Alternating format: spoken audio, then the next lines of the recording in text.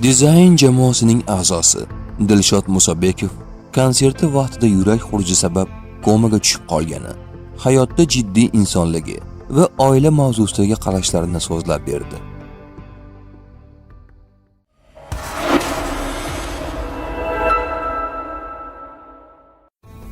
...2023-yilgi konsertda Qirol Lyudovik rolini o'ynaganman.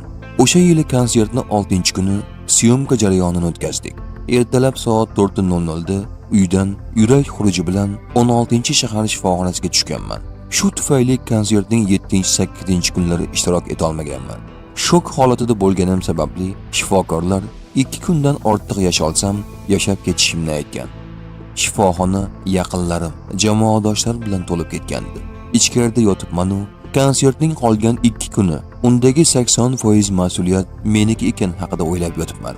Bir paytlar bir yaqinimizning otasini shifoxonaga olib borganimizda umrini vaqtinchalik uzaytirib turish uchun qilishgan ukolni eslab shifokorlarga menga ham shunday ukol qilinglar, 3-4 soat ta'til qilsa bo'ldi deganman. Shunda bir shifokor qo'pol bo'lsa ham rost gapni dangal qilib aytgandi. Agar hozir shifoxonadan chiqib ketsang, qaytib kelmaysan bu yerga. Shu gaplarni aytishim shartmi dedi. Sa'dulla, bo'ldi o'ylamang. Biz hammasini o'zimiz amallaymiz. O'rningizga odam topib tayyorladik. Shuni aytish uchun yoningizga keldim. Ruxsat bersangiz, yana bir repetitsiya qilib konsertni boshlayveramiz dedi. Shu bilan men shifoxonada qoldim. Ular o'zlari qolgan 2 kunlik konsertni amallashdi. Sahna va hayot o'rtasidagi farq haqida gap ketar ekan, qiziqchi Dilshod Musabekov hayotda jiddiy inson ekanini ta'kidlaydi. Muxlislardan sahna bilan hayotni aralashtirib yubormasligini iltimos qilardim. Hayotda yaxshigina jiddiy insonman. Chunki anchayin jiddiy mas'uliyatlarim bor. Oila boshi, hozirgi kunda bobo, turmush o'rtoq, ota, bosh farzandman. Otam olamdan o'tganlar. Ulardan keyin oilaning katta ustuniman. Sahnada kimnidir obrazini yarataman, rolimni ijro etaman. Ko'pchilik bilan birga o'tirganingizda ularni kuldirib o'tirishingizni xohlashadi. Bizning ham oddiy odamlardan ortiq joyimiz yo'q. Ularga o'xshab ishimiz, tashvishlarimiz bor.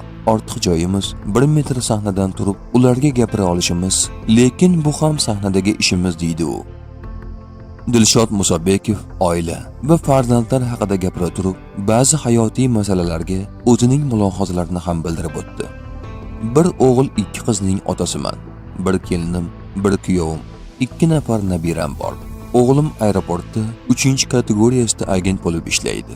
Katta qizim liboslar dizayneri, 2 nafar farzandning onasi, hozirda uy bekasi.